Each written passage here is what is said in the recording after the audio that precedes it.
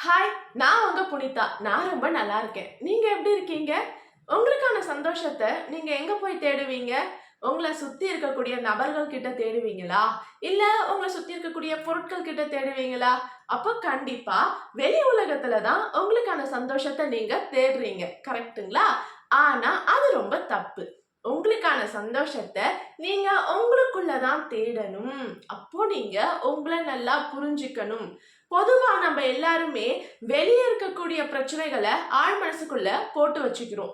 இவங்க நம்மகிட்ட சரியா பேசல, இவங்க நமக்கு துரோகம் பண்ணிட்டாங்க அப்படின்ட்டு. இந்த பொருள் நமக்கு கிடைக்கல, இந்த விஷயம் எனக்கு நடக்கல. இது எல்லாமே வெளி உலகம் சார்ந்த வாழ்க்கைக்கானது தான்.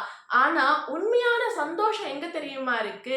எதுவுமே இல்லனாலும் 5 நிமிஷம் நிம்மதியா இப்படி உட்கார்ந்து எந்தவித கவலையும் இல்லாம ஒரு 5 நிமிஷம் நீங்க உட்கார்ந்து பாருங்களேன். அப்ப கண்டிப்பா உங்க ஆழ் மனசுக்குள்ள ஒரு சந்தோஷம் வரும். அந்த சந்தோஷம் வெளி உலகத்துல இருக்கக்கூடிய எல்லா விஷயங்களையும் மாத்தும். இதுல நம்ம தெரிஞ்சுக்க வேண்டிய ஒரு விஷயம் என்ன தெரியுமா? எல்லாத்தையும் தூக்கி நம்ம போட்டுக்கிறோம்ல, அதுதான் பெரிய பிரச்சனையே. யோசிச்சுக்கிட்டே இருப்போம். இது இப்படி ஆகுமா? அது அப்படி ஆகுமான்னு ஒரு பயம். எதிர்காலத்த நினைச்சு அப்படி பயப்படுவோம். இதெல்லாம் இருந்தா மனசுக்குள்ள இருக்கிற சந்தோஷம் காணாம போயிடும். அப்ப நம்ம அறியாமையில என்ன நினைக்கிறோம் தெரியுமா? வெளியே இருக்கிறது தான் உண்மையான சந்தோஷம். வெளியே இருந்து தான் நமக்கு சந்தோஷம் வந்து கிடைக்கணும் அப்படின்னு நம்ம தவறா புரிஞ்சுக்கிறோம். ஆனா கிடையாதுங்க. உள்ளுக்குள்ள ஒரு சந்தோஷம் இருக்கு. அத நீங்க உணர ஆரம்பிச்சா மட்டும்தான் வெளியே இருக்கக்கூடிய சந்தோஷம் உங்கள நோக்கி வரும். அப்ப அந்த சந்தோஷம் உங்களுக்கு கிடைக்கணும்னா, இங்க இருக்கக்கூடிய சந்தோஷத்த உணருங்க. கொஞ்ச நேரம். அப்ப அதுக்கு நம்ம என்ன பண்ணணும் அந்த சந்தோஷத்த உணரணும்னா, உங்கள பத்தி நீங்க பெருமையா நெனைக்கணும். கரெக்ட்டா? எவ்ளோ நாள் நீங்க உங்கள பத்தி பெருமையா நெனச்சிருப்பீங்க?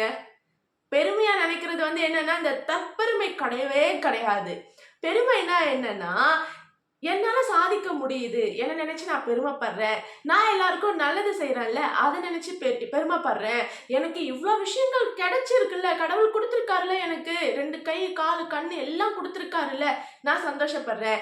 என்ன விட எக்கனாமிக்ஸ்ல வந்துட்டு பொருளாதாரத்துல எவ்ளோ பேர் கீழ இருக்காங்க. நான் ஒரு நல்ல நிலைமையில இதுவாச்சும் எனக்கு கிடைச்சிருக்குல்ல, அதுக்கு நான் சந்தோஷப்படுறேன். என்ன நெனச்சு நான் பெருமைப்படுறேன். என்னால என் வேலைகள சரியா செய்ய முடியுது. நான் பெருமைப்படுறேன். அப்படி நீங்க உங்கள நெனச்சு பெருமைப்பட்டீங்கன்னா, கண்டிப்பா உங்களுக்குள்ள ஒரு சந்தோஷம் வரும். வெளி உலகத்துல இருந்து உங்களுக்கு சந்தோஷம் வரும். நீங்க நெறைய பேர் சொல்வீங்க, "என்னால முடியலம்மா. என்ன சுத்தி இருக்கிறவங்கலாம் எனக்கு அகைன்ஸ்ட்டா தாம்மா இருக்குறாங்க" அப்படின்ட்டு. நீங்க தாங்க அவங்கள அந்த மாதிரி மாத்துனது. உங்களால முடிஞ்சா, மறுபடியும் நீங்க அவங்கள நல்லவங்களா மாத்த முடியும். உங்க சந்தோஷமும் சரி, உங்க கஷ்டமும் சரி, நீங்க அட்ராக்ட் பண்றது தான். அவங்க உங்களுக்கு அகைன்ஸ்டாவே, எதிராவே இருக்கட்டும். பரவால்ல. ஆனா, நீங்க உங்க சந்தோஷத்த அவங்களுக்காக இழந்துடாதீங்க. உங்களுக்குள்ள நீங்க சந்தோஷத்த உருவாக்கிக்கோங்க. அவங்க கண்டிப்பா மாறிடுவாங்க. நீங்க அவங்கள நெகட்டிவா பாக்க, அவங்க உங்க கண்ணுக்கு நெகட்டிவா தான் தெரிவாங்க. மனசுக்குள்ள எல்லாரையுமே நல்லவங்கன்னு நெனச்சுக்கோங்க. ஏன்னா, அது வந்துட்டு நம்ம நெனைக்கிறதுனால நமக்குள்ள ஒரு ஒரு பவர் உருவாகும். உங்களுக்கு யாருமே எதிரி கிடையாதுன்னு நீங்க நெனைங்க. மத்தவங்கள ஏன் நீங்க எதிரியா பாக்குறீங்க? உங்களுக்கு யாருமே எதிரி கிடையாது. உங்கள யாராலயும் ஒண்ணும் பண்ண முடியாது. அப்படின்னு நீங்க மனசுக்குள்ள நெனச்சுக்கோங்க. கண்டிப்பா ஒரு தைரியம் வரும், ஒரு சந்தோஷம் வரும். வாழ்க்கை கண்டிப்பா மாறும். இந்த ஒரு விஷயம் உங்களுக்கு பிடிச்சிருக்கும்னு நெனைக்கிறேன். பிடிச்சிருந்தா லைக் பண்ணுங்க. உங்க கருத்து ரொம்ப முக்கியம். கமெண்ட் பண்ணிடுங்க. முடிஞ்சா சப்ஸ்கிரைப் பண்ணுங்க. Thank you.